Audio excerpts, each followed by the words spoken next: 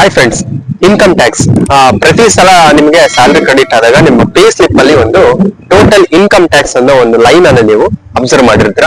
ಇಲ್ಲಿ 10,000, 20,000, 5,000, 2,000, 3,000 ಇದೇ ತರ ನಿಮ್ಮ ಎಂಪ್ಲಾಯರ್ ಟಿಡಿಎಸ್ ಅನ್ನ ಡಿಡಕ್ಟ್ ಮಾಡಿರ್ತಾರೆ respective to your annual income. Monthly TDS ಅನ್ನ ಡಿಡಕ್ಟ್ ಮಾಡಿರ್ತಾರೆ ನಿಮ್ಮ ಒಂದು ಆನ್ಯುವಲ್ ಇನ್ಕಮ್ ನ ಬೇಸಿಸ್ ಮಾಡ್ಕೊಂಡು. ಸೊ ಇಲ್ಲಿ ನಾನು ನಿಮ್ಗೆ ಸಜೆಸ್ಟ್ ಮಾಡೋದೇನಪ್ಪಾ ಅಂದ್ರೆ, ನಿಮ್ಗೆ ಎರಡ್ ತರ ಸ್ಲಾಬ್ಸ್ ಬರುತ್ತೆ ಅಂಡ್ ಎರಡ್ ತರ ಇನ್ಕಮ್ ಟ್ಯಾಕ್ಸಸ್ ಅನ್ನ ನೀವು ಸೆಲೆಕ್ಟ್ ಮಾಡ್ಕೊಬಹುದು. ಒಂದು ಓಲ್ಡ್ ಟ್ಯಾಕ್ಸ್, ಇನ್ನೊಂದು ನ್ಯೂ ಟ್ಯಾಕ್ಸ್ ರೆಸ್ಯೂಮೆ ಅಂತ. ಇಲ್ಲಿ ನೀವು ಮಾಡೋ ತಪ್ಪೇನಪ್ಪಾ ಅಂದ್ರೆ, ನನಗೆ ಡಿಡಕ್ಷನ್ಸ್ ಜಾಸ್ತಿ ಸಿಗುತ್ತೆ ಅಂಡ್ ಐಟಿಆರ್ ಫೈಲಿಂಗ್ ಮಾಡುವಾಗ ನಾನು ತುಂಬಾ ಕ್ಲೈಮ್ಸ್ ತಗೊಬಹುದು ಅನ್ನೋ ಪರ್ಪಸ್ಗೆ ನೀವೇನ್ ಮಾಡ್ತೀರಾ ಅಂದ್ರೆ, ಸುಮಾರು ಜನ ತಪ್ಪು ಸ್ಲಾಬ್ಸ್ ಅಥವಾ ರಾಂಗ್ ಇನ್ಕಮ್ ಟ್ಯಾಕ್ಸ್ ಅನ್ನ ನೀವು ಸೆಲೆಕ್ಟ್ ಮಾಡ್ಕೊಂಡ್ಬಿಡ್ತೀರಾ. ಸೊ ಹಾಗಾಗಿ ನಿಮ್ಗೆ ಏನಾಗುತ್ತಪ್ಪ ಅಂದ್ರೆ, at the end of the day ನಿಮಗೆ ಈ ಟಿಡಿಎಸ್ ಅನ್ನೋದು ಜಾಸ್ತಿ ಡಿಡಕ್ಟ್ ಆಗಿರುತ್ತೆ ಅಂಡ್ ನೀವು ಅದನ್ನ ಕ್ಲೈಮ್ ಮಾಡ್ಕೊಬೇಕಾದ್ರೆ ನಿಮಗೆ ರೀಫಂಡ್ ಕೂಡ ಸಿಗ್ತಾ ಇರಲ್ಲ. ಸೊ ಹಾಗಾಗಿ ಯಾರು ಯಾವ ಒಂದು ಇನ್ಕಮ್ ಟ್ಯಾಕ್ಸ್ ಅನ್ನ ಸ್ಲಾಬ್ಸ್ ಅನ್ನ ಅಥವಾ ರೆಸ್ಯೂಮ್ ಅನ್ನ ಸೆಲೆಕ್ಟ್ ಮಾಡ್ಕೊಂಡ್ರೆ ಅವರಿಗೆ ಹೆಚ್ಚಿನದಾಗಿ ಟ್ಯಾಕ್ಸ್ ಸೇವಿಂಗ್ಸ್ ಆಗುತ್ತೆ ಅಂಡ್ ಇದನ್ನ ಸೆಲೆಕ್ಟ್ ಮಾಡ್ಕೊಳ್ಳೋದ್ರಿಂದ ನಿಮಗೆ ಗೋಯಿಂಗ್ ಫರ್ದರ್ ನಿಮ್ಮ ಡಿಸಿಷನ್ ಮೇಕಿಂಗ್ ಕೆಪಾಸಿಟಿ ಅನ್ನೋದು ತುಂಬಾ ಸ್ಟ್ರಾಂಗ್ ಆಗುತ್ತೆ ಅಂಡ್ ಎವ್ರಿ ಫೈನಾನ್ಷಿಯಲ್ ಇಯರ್ ನೀವು ಇದನ್ನ ಕೇರ್ಫುಲ್ ಆಗಿ ರಿವ್ಯೂ ಮಾಡ್ಕೊಂಡು ಡಿಸಿಷನ್ ಅನ್ನ ತಗೊಬಹುದು. ಸೊ ಇದರಿಂದ ನೀವು ಸುಮಾರು ಟ್ಯಾಕ್ಸಸ್ ಅನ್ನ ಸೇವ್ ಮಾಡಬಹುದು. ಹಾಗಾದ್ರೆ ಈ ಒಂದು ವಿಡಿಯೋದಲ್ಲಿ ನಾವು ತಿಳ್ಕೊಳ್ಳೋದು ಏನಪ್ಪಾ ಅಂದ್ರೆ, ಯಾರಿಗೆ ಯಾವ ಒಂದು ರೆಸ್ಯೂಮ್ ಅಥವಾ ಸ್ಲಾಬ್ ರೇಟ್ಸ್ ಅಂಡ್ ಯಾವ ರೀತಿ ಟ್ಯಾಕ್ಸಸ್ ಅನ್ನ ಸೆಲೆಕ್ಟ್ ಮಾಡ್ಕೊಂಡ್ರೆ ಅವರಿಗೆ ಬೆನಿಫಿಟ್ ಆಗುತ್ತೆ ಅನ್ನೋದ್ರ ಮೇಲೆ ಇರುತ್ತೆ. ಅಂಡ್ ಇದೇ ವಿಡಿಯೋದಲ್ಲಿ ನಾವು ಕ್ಯಾಲ್ಕುಲೇಟ್ ಕೂಡ ಯಾವ ರೀತಿ ಮಾಡೋದು ಅಂದ್ರೆ, like based on your income tax, ನಿಮ್ದು ಆನ್ಯುವಲ್ ಇನ್ಕಮ್ ಎಷ್ಟಿರುತ್ತೋ ಅದ್ರ ಮೇಲೆ ನಿಮ್ಗೆ ಇನ್ಕಮ್ ಎಷ್ಟು ಬರುತ್ತೆ, ಇನ್ಕಮ್ ಎಷ್ಟಿರುತ್ತೋ ಅದ್ರ ಮೇಲೆ ನಿಮ್ಗೆ ಟಿಡಿಎಸ್ ಎಷ್ಟು ಬರುತ್ತೆ as per new tax resume and old tax resume ಎಷ್ಟು ಬರುತ್ತೆ ಅನ್ನೋದನ್ನ ಇವತ್ತಿನ ವಿಡಿಯೋದಲ್ಲಿ ಕಂಪ್ಲೀಟ್ ಆಗಿ ನಾವು ತಿಳ್ಕೊಳ್ಳೋಣ. ಫಸ್ಟ್ ಥಿಂಗ್ ಬಂದ್ಬಿಟ್ಟು, ನೀವು ಅಂಡರ್ಸ್ಟ್ಯಾಂಡಿಂಗ್ ದ ಟ್ಯಾಕ್ಸ್ ಸ್ಲಾಬ್ಸ್. ನಿಮ್ಗೆ ಸುಮಾರು ಟ್ಯಾಕ್ಸ್ ಸ್ಲಾಬ್ಸಸ್ ಇರುತ್ತೆ ಎರಡರಲ್ಲೂ ಕೂಡ, ಓಲ್ಡ್ ಟ್ಯಾಕ್ಸ್ ಅಲ್ಲಿ ಆಗಿರ್ಬೋದು, ನ್ಯೂ ಟ್ಯಾಕ್ಸ್ ಅಲ್ಲಿ ಆಗಿರ್ಬೋದು. ಸೊ ಇಲ್ಲಿ ನೀವು ಅಬ್ಸರ್ವ್ ಮಾಡ್ಬೇಕಾಗಿರೋದೊಂದು, ನೀವು ಸ್ಟ್ಯಾಂಡರ್ಡ್ ಡಿಡಕ್ಷನ್ ಅಂತ ಇರುತ್ತೆ. ಸೊ ಸ್ಟ್ಯಾಂಡರ್ಡ್ ಡಿಡಕ್ಷನ್ ಬಂದ್ಬಿಟ್ಟು ಎರಡು ರೆಸ್ಯೂಮ್ಗೆ ಡಿಫ್ರೆಂಟ್ ಟ್ಯಾಕ್ಸ್ ಸ್ಟ್ಯಾಂಡರ್ಡ್ ಡಿಡಕ್ಷನ್ ಇದೆ. ಓಲ್ಡ್ ಸ್ಲಾಬ್ಗೆ ನೀವು ಹೋಗ್ತೀರಪ್ಪ ಅಂದ್ರೆ, ಲೈಕ್ ಓಲ್ಡ್ ಟ್ಯಾಕ್ಸ್ ರೆಸ್ಯೂಮ್ ನಾನು ಸೆಲೆಕ್ಟ್ ಮಾಡ್ಕೊಂತೀನಿ ಬ್ರೋ ಅಂದ್ರೆ ನಿಮಗೆ ಅಲ್ಲಿ 50,000 ಮಾತ್ರ ಸಿಗುತ್ತೆ. ಅಂಡ್ ನ್ಯೂ ಟ್ಯಾಕ್ಸ್ ರೆಸ್ಯೂಮ್ಗೆ ಹೋದ್ರೆ ನೀವು 75,000 ವರ್ಗು ನೀವು ಸ್ಟ್ಯಾಂಡರ್ಡ್ ಡಿಡಕ್ಷನ್ ತಗೋಬಹುದು. ಐ ಮೀನ್ ನಿಮ್ಮ ಓಲ್ಡ್ ಇನ್ಕಮ್ ಆನ್ಯುವಲ್ ಇನ್ಕಮ್ ಅಲ್ಲಿ 75,000 ಡೈರೆಕ್ಟ್ ಆಗಿ ನೀವು ಸ್ಟ್ಯಾಂಡರ್ಡ್ ಡಿಡಕ್ಷನ್ ಆಗಿ ನೆಗೆಟಿವ್ ಅಂದ್ರೆ ಮೈನಸ್ ಮಾಡಿ ತಗೋಬಹುದು. ಅದು ನಿಮ್ಮ ಟೋಟಲ್ ಇನ್ಕಮ್ ಆಗುತ್ತೆ ಅಂಡ್ ಅದ್ರ ಬೇಸಿಸ್ ಮೇಲೆ ಟ್ಯಾಕ್ಸ್ ಸ್ಲಾಬ್ಸ್ ಅಪ್ಲಿಕಬಲ್ ಆಗೋದು ಸ್ಟಾರ್ಟ್ ಆಗುತ್ತೆ. ಸೊ ಇಲ್ಲಿ ನಾನು ನಿಮ್ಗೆ ರೆಕಮೆಂಡ್ ಮಾಡೋದೇನಪ್ಪಾ ಅಂದ್ರೆ, most of the time peoples like 1 lakh ವರೆಗೂ ನೀವು ಅರ್ನಿಂಗ್ಸ್ ಮಾಡ್ತಾ ಇದ್ರೆ, ಐ ಮೀನ್ 12 lakhs ವರೆಗೂ ನಿಮ್ಮ ಆನ್ಯುವಲ್ ಇನ್ಕಮ್ ಇತ್ತಪ್ಪ ಅಂದ್ರೆ, ಕಣ್ಣು ಮುಚ್ಕೊಂಡು ನೀವು ನ್ಯೂ ಟ್ಯಾಕ್ಸ್ ರೆಸ್ಯೂಮ್ಗೆ ಹೋಗಿ, ಐ ಮೀನ್ ನಿಮ್ಮ ಎಂಪ್ಲಾಯರ್ ನಿಮ್ಗೆ ಕೇಳ್ತಾರೆ ಡಿಕ್ಲೇರೇಷನ್ ಮಾಡೋದಕ್ಕೆ, ಇಲ್ಲ ನಾನು ಓಲ್ಡ್ ನ್ಯೂ ಸ್ಲಾಬ್ ಅಲ್ಲಿ ಇರಕ್ಕೆ ಇಷ್ಟಪಡ್ತೀನಿ ಅಂದ್ರೆ ನಿಮ್ಗೆ, ಅಥವಾ ನೀವು ಡಿಕ್ಲೇರ್ ಮಾಡಿಲ್ಲ ಅಂದ್ರೆ ಕೂಡ ಬೈ ಡಿಫಾಲ್ಟ್ ನೀವು ನ್ಯೂ ಟ್ಯಾಕ್ಸ್ ರೆಸ್ಯೂಮ್ಗೆ ಹೋಗಿರ್ತೀರಾ ಅಂಡ್ ನಿಮ್ಮ ಒಂದು ಟ್ಯಾಕ್ಸ್ ಕೂಡ ಡಿಡಕ್ಟ್ ಆಗೋದು 0 ಆಗಿರುತ್ತೆ. ಅಂಡ್ ನೀವು ಐಟಿಆರ್ ಫೈಲ್ ಮಾಡ್ಬೇಕಾದ್ರೂ ಕೂಡ ಇದೇ ಇನ್ಕಮ್ ಅನ್ನ ಆಸ್ ಪರ್ ಫಾರ್ಮ್ 60 ನಿಮ್ಮ ಎಂಪ್ಲಾಯರ್ ಇಶ್ಯೂ ಮಾಡಿದಾಗ ಇದೇ ಇನ್ಕಮ್ಸ್ ಅನ್ನ ತೋರಿಸ್ಬಿಟ್ಟು, ನಿಮ್ಮ ಇನ್ಕಮ್ ಎಷ್ಟಿದೆ ಅಂತ ತೋರಿಸ್ಬಿಟ್ಟು ನೀವು ಟ್ಯಾಕ್ಸ್ ಅನ್ನ 0 ಆಗಿ ಮಾಡ್ಕೊಬಹುದು. ಅಂದ್ರೆ ನಾನು ಹೇಳಿದ್ದೇನಪ್ಪಾ ಅಂದ್ರೆ, ನಿಮ್ಮ ಇನ್ಕಮ್ 12 lakh ವರೆಗೂ ಇದೆ, 12,70,000, 12,50,000 ಇದೆ ಅಪ್ಪ ಅಂದ್ರೆ ದಯವಿಟ್ಟು ನೀವು ಈ ಅನಾವಶ್ಯಕತೆಯಾಗಿ ನಾನು ಐಟಿಆರ್ ಫೈಲ್ ಮಾಡುವಾಗ ಆ ಕ್ಲೈಮ್ ಮಾಡ್ಕೊಂತೀನಿ, ಈ ಕ್ಲೈಮ್ ಮಾಡ್ಕೊಂತೀನಿ ಅಂತ ಹೇಳ್ಬಿಟ್ಟು ಓಲ್ಡ್ ಸ್ಲಾಬ್ಗೆ ಹೋಗ್ಬಿಟ್ಟು ಇರ್ರೆಸ್ಪೆಕ್ಟಿವ್ ಕ್ಲೈಮ್ಸ್ ಅನ್ನ ಮಾಡ್ಬಿಟ್ಟು ಡಿಡಕ್ಷನ್ ಮಾಡ್ಬಿಟ್ಟು ಯಾರ ಹತ್ರನೋ ಬೇರೆಯವ್ರ ಹತ್ರ ಮಾಡಿಸ್ಬಿಟ್ಟು ನನಗೆ ಟ್ಯಾಕ್ಸ್ ಡೈರೆಕ್ಟ್ ಆಗಿದ್ರು ಕೂಡ ನೀವು ರಿಫಂಡ್ ತಗೊಳಕ್ಕೆ ಏನಾದ್ರು ನೀವು ಆತರ ಪ್ಲಾನ್ ಮಾಡ್ತಾ ಇದ್ರೆ ಅದನ್ನ ಮಾಡಕ್ ಹೋಗ್ಬೇಡಿ. ಇನ್ ಫ್ಯೂಚರ್ ನಿಮಗೆ ನೋಟಿಸಸ್ ಬರ್ಬೋದು, ನಿಮ್ಮ ಪ್ಯಾನ್ ಬ್ಲಾಕ್ ಆಗ್ಬೋದು, ನಿಮ್ಮ ಒಂದು ಐಟಿಆರ್ ಫೈಲಿಂಗ್ ಮಾಡ್ಬೇಕಾದ್ರೂ ಕೂಡ ನಿಮ್ಗೆ ತುಂಬಾ ಪ್ರಾಬ್ಲಮ್ಸ್ ಆಗ್ಬೋದು. ಆ ರೀತಿ ಮಾಡಕ್ ಹೋಗ್ಬೇಡಿ. ಒಂದ್ ತಿಳ್ಕೊಳ್ಳಿ, ನಿಮ್ಗೆ ಐಟಿಆರ್ ಫೈಲ್ ಮಾಡ್ಬೇಕಾದ್ರೆ ಯಾರಾದ್ರೂ ಆಗ್ಲಿ ಯಾರ ಹತ್ರ ಮಾಡಿಸ್ತಾ ಇದ್ರೆ, ಸಿಎಗಳ ಹತ್ರ ಮಾಡಿಸ್ತಿದ್ರೆ ಅಥವಾ ಪ್ರೊಫೆಷನಲ್ಸ್ ಹತ್ರ ಮಾಡಿಸ್ತಾ ಇದ್ರೆ, ನೀವು ಮೆಜಾರಿಟಿ ಆಫ್ ಪೀಪಲ್ ನಮ್ಮ ಇಂಡಿಯಾದಲ್ಲಿ ಏನಂತ ಅನ್ಕೊಂತಾರೆ ಅಂದ್ರೆ, ಐಟಿಆರ್ ಅಂದ್ರೆ ಇನ್ಕಮ್ ಟ್ಯಾಕ್ಸ್ ರಿಫಂಡ್ ಅನ್ಕೊಂತಾರೆ ಹೊರತು ಇನ್ಕಮ್ ಟ್ಯಾಕ್ಸ್ ರಿಟರ್ನ್ ಅಂತ ಅನ್ಕೊಂತಾ ಇಲ್ಲ. ಸೊ ಐಟಿಆರ್ ನಿಮಗೆ ಇನ್ಕಮ್ ಟ್ಯಾಕ್ಸ್ ರಿಫಂಡ್ ಯಾವಾಗ ಬರುತ್ತಪ್ಪ ಅಂದ್ರೆ, ನಿಮಗೆ ಬಂದಿರತಕ್ಕಂತ ಒಂದು ಇನ್ಕಮ್ ಮೇಲೆ ಡಿಡಕ್ಟ್ ಆಗಿರೋ ಟಿಡಿಎಸ್ ಅನ್ನೋದು ಜಾಸ್ತಿ ಇದ್ರೆ ಅವಾಗ ನಿಮಗೆ ಇನ್ಕಮ್ ಟ್ಯಾಕ್ಸ್ ರಿಫಂಡ್ ಅನ್ನೋದು ಬರುತ್ತೆ. ಅದು ಬಿಟ್ರೆ ನೀವು ಅರ್ನ್ ಮಾಡಿರತಕ್ಕಂತ ಒಂದು ಇನ್ಕಮ್ಗೆ ಕರೆಕ್ಟ್ ಆಗಿ ನಿಮ್ಮ ಟಿಡಿಎಸ್ ಡಿಡಕ್ಟ್ ಆಗಿದ್ರೆ ಯಾವ ಕಾರಣಕ್ಕೂ ನಿಮಗೆ ಇನ್ಕಮ್ ಟ್ಯಾಕ್ಸ್ ರಿಫಂಡ್ ಅನ್ನೋದು ಬರೋದಿಲ್ಲ. As per the tax loss ಆ ಟಿಡಿಎಸ್ ಡಿಡಕ್ಟ್ ಆಗ್ಬೇಕಿತ್ತು, ಅದು ಆಗಿದೆ ಅಷ್ಟೇ. ನಿಮ್ಮ ಇನ್ಕಮ್ ನೀವು ಐಟಿಆರ್ ಫೈಲ್ ಮಾಡ್ಬೇಕಾದ್ರೆ ತೋರಿಸಬೇಕಾಗುತ್ತೆ.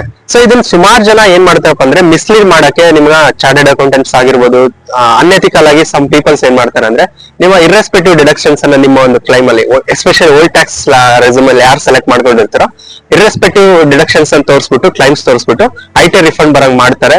ಅಂಡ್ ಇನ್ ಫ್ಯೂಚರ್ ನೀವು ತುಂಬಾ ಜನಕ್ಕೆ ಫೇಸ್ ಮಾಡಿರ್ತೀರ ಆಲ್ರೆಡಿ, ಇನ್ಕಮ್ ಟ್ಯಾಕ್ಸ್ ನೋಟಿಸಸ್ ಬರೋದಾಗಿರ್ಬೋದು, ಪೆನಾಲ್ಟಿ ಬಂದಿರೋದಾಗಿರ್ಬೋದು, ಇದನ್ನ ಪೇ ಮಾಡಿದ್ರೆ ಮಾತ್ರ ನಿಮಗೆ ನೋಟಿಸ್ ಹೋಗುತ್ತೆ ಅನ್ನೋದನ್ನ ನೀವು ಆಲ್ರೆಡಿ ಅಬ್ಸರ್ವ್ ಮಾಡಿರ್ತೀರ. ಆತರ ಎಲ್ಲ ಮಾಡ್ಕೊಳಕ್ ಹೋಗ್ಬೇಡಿ, ಕರೆಕ್ಟ್ ಆಗಿ ಪ್ಲಾನಿಂಗ್ ಮಾಡ್ಕೊಳ್ಳಿ. ಸೊ ಈಗ ಯಾವ ರೀತಿ ಬ್ರೋ ಮಾಡ್ಕೊಳ್ಳೋದು, ನಮ್ಗೆ ಯಾರು ಪ್ರೊಫೆಷನಲ್ ಅಡ್ವೈಸರ್ ಇಲ್ಲ, ನಾವೇನೋ ಅಡ್ವೈಸ್ ತಗೊಂತೀವಿ ಅಂದ್ರೆ ಅವರು ಕೂಡ ತುಂಬಾ ಚಾರ್ಜಸ್ ಮಾಡ್ತಿದಾರೆ ಅನ್ನೋದಾದ್ರೆ, N number of sources income tax ನಮಗೆ ಕೊಟ್ಟಿದೆ. ಅಂಡ್ ನೀವು ಗೌರ್ಮೆಂಟ್ ಅಫಿಷಿಯಲ್ ಆ ವೆಬ್ಸೈಟ್ ಅಲ್ಲೂ ಕೂಡ ನೀವು ನಿಮ್ಮ ಒಂದು ಇನ್ಕಮ್ ನ ಹಾಕ್ಬಿಟ್ಟು ನೀವು ಸ್ಲಾಬ್ಸ್ ವೈಸ್ ನೀವು ಚೆಕ್ ಮಾಡ್ಕೊಬಹುದು. ವೆದರ್ ನಾನು ಓಲ್ಡ್ ಸ್ಲಾಬ್ ಹೋದ್ರೆ ಬೆಟರ್, ನ್ಯೂ ಸ್ಲಾಬ್ ಹೋದ್ರೆ ಬೆಟರ್ ಅನ್ನೋದನ್ನ ಚೆಕ್ ಮಾಡ್ಬೋದು. ಅದನ್ನ ನಾನು ಮುಂದಿನ ವಿಡಿಯೋದಲ್ಲಿ ಅಂದ್ರೆ ಈ ವಿಡಿಯೋದಲ್ಲಿ ನಾನು ನಿಮ್ಗೆ ತೋರಿಸ್ತೀನಿ ಎಲ್ಲಿ ನೀವು ಚೆಕ್ ಮಾಡ್ಬೇಕು ನೀವು, ಅಂಡ್ ನೀವು ಫೈನಾನ್ಷಿಯಲ್ ಪ್ಲಾನಿಂಗ್ ಮಾಡ್ಕೊಳ್ಳೋದು ಈಸಿ ಆಗುತ್ತೆ ಅನ್ನೋದು ಕೂಡ. ಅಂಡ್ ನಾನು ಹೇಳಿದನ್ನ ಗಮನದಲ್ಲಿ ಇಟ್ಕೊಳ್ಳಿ ಅಷ್ಟೇ. ನೀವು ಜಸ್ಟ್ ಲೈಕ್ ಓಲ್ಡ್ ಟ್ಯಾಕ್ಸ್ ಲ್ಯಾಬ್ಗೆ ನೀವು ಹೋಗ್ತಾ ಇದೀರಪ್ಪ ಅಂದ್ರೆ ಈ ವಿಷಯನ ಗಮನದಲ್ಲಿ ಇಟ್ಕೊಳ್ಳಿ. ಅಂಡ್ ನಿಮ್ಮ ಎಂಪ್ಲಾಯರ್ ನಿಮ್ಗೆ investment declaration and proof submission ಕೇಳೋದು. ಇನ್ವೆಸ್ಟ್ಮೆಂಟ್ ನೀವೇನಾದ್ರು ಓಲ್ಡ್ ಟ್ಯಾಕ್ಸ್ ರೆಸ್ಯೂಮ್ ಹೋಗ್ತಾ ಇದೀರಪ್ಪ ಅಂದ್ರೆ ಅಫ್ಕೋರ್ಸ್ ನೀವು ಹೋಗ್ತಾ ಇರ್ತೀರಾ, ಕೆಲವೊಬ್ರು ಡಿಡಕ್ಷನ್ಸ್ ಜಾಸ್ತಿ ಇರುತ್ತೆ, ಲೈಕ್ ಹೌಸಿಂಗ್ ಲೋನ್ ಆಗಿರ್ಬೋದು ಕಟ್ತಾ ಇರ್ತೀರಾ, ಅಂಡ್ ATC ಡಿಡಕ್ಷನ್ಸ್ ಆಗಿರ್ಬೋದು, ಮೆಡಿಕಲ್ ಇನ್ಸೂರೆನ್ಸ್ ಆಗಿರ್ಬೋದು, ಈ ತರ ಎಲ್ಲ ಕ್ಲೈಮ್ಸ್ ತಗೊಬೇಕಂದ್ರೆ ಅಫ್ಕೋರ್ಸ್ ನೀವು ಓಲ್ಡ್ ಟ್ಯಾಕ್ಸ್ ರೆಸ್ಯೂಮ್ಗೆ ಹೋಗ್ಬೇಕು. ಯಾಕಂದ್ರೆ ನ್ಯೂ ಟ್ಯಾಕ್ಸ್ ರೆಸ್ಯೂಮ್ ಅಲ್ಲಿ ಯಾವ್ದೇ ಡಿಡಕ್ಷನ್ ಸಿಗೋದಿಲ್ಲ ನಿಮ್ಗೆ. ಓಲ್ಡ್ ಟ್ಯಾಕ್ಸ್ ರೆಸ್ಯೂಮ್ ಹೋಗ್ತೀರಪ್ಪ ಅಂದ್ರೆ ನಿಮಗೆ 9 months ನಿಮಗೆ ಪ್ರಿಯರ್ ಟೈಮ್ ಸಿಗುತ್ತೆ. ಸೊ ನೀವು ಪ್ಲಾನಿಂಗ್ ಮಾಡ್ಕೊಳ್ಳಿ ಕರೆಕ್ಟ್ ಆಗಿ ಏನೆಲ್ಲ ಡಿಡಕ್ಷನ್ ಇದೆ, ನಾನು ನ್ಯೂ ಟ್ಯಾಕ್ಸ್ ಲ್ಯಾಬ್ಗೆ ಹೋದ್ರೆ ಬೆಟರ್ ಅಥವಾ ಓಲ್ಡ್ ಟ್ಯಾಕ್ಸ್ ರೆಸ್ಯೂಮ್ ಅಲ್ಲೇ ಇದ್ರೆ ನನ್ಗೆ ಬೆನಿಫಿಟ್ ಆಗುತ್ತೆ ಅಂತ. ಅದನ್ನ ನಿಮ್ಗೆ ಹೌಸಿಂಗ್ ATC ಡಿಡಕ್ಷನ್ ನೀವು ಅಪ್ ಟು 1.5 lakh ವರೆಗೂ ನೀವು ತಗೋಬಹುದು.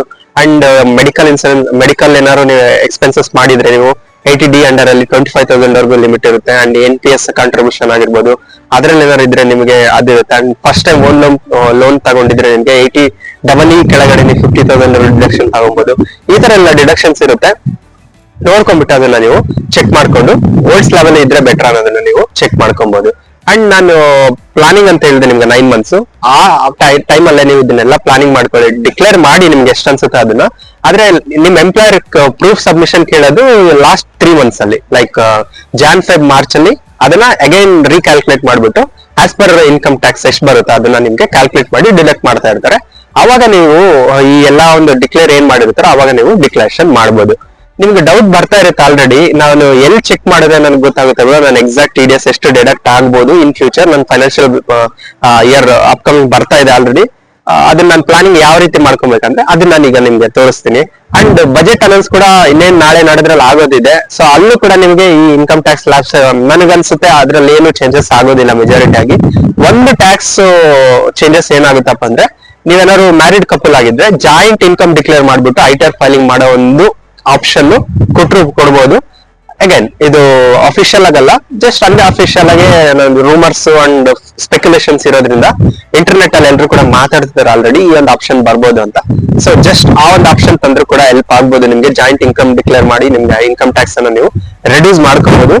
ಆಪ್ಷನ್ ಎರಡು ಕೂಡ ಇರುತ್ತೆ, ಜಾಯಿಂಟ್ ಇನ್ಕಮ್ ನೀವು ಮಾಡ್ಬೋದು ಅಂಡ್ ನೀವು ಇಂಡಿವಿಜುವಲ್ ಕೂಡ ITR ಫೈಲಿಂಗ್ ಮಾಡ್ಬೋದು. ಸೊ ನೋ ಪ್ರಾಬ್ಲಮ್ ಅಲ್ಲಿ. ಸೊ ಈ ಆಪ್ಷನ್ ಗೌರ್ಮೆಂಟ್ ಕೊಡ್ತಾ ಇದೆ ಅಂತ ನಾನು ಕೇಳ್ಪಟ್ಟೆ. ಸೊ ಮೇ ಬಿ ಅದು ಆಪ್ಷನ್ ಬಂದ್ರೆ ನಿಮ್ಗೆ ಹೆಲ್ಪ್ಫುಲ್ ಆಗ್ಬೋದು. ಸೊ ಈಗ ನಾವು ಈ ಇನ್ಕಮ್ ಟ್ಯಾಕ್ಸ್ ಎಲ್ಲಿ ಕ್ಯಾಲ್ಕುಲೇಟ್ ಮಾಡೋದನ್ನ ನಾವು ಈಗ ನೋಡೋಣ.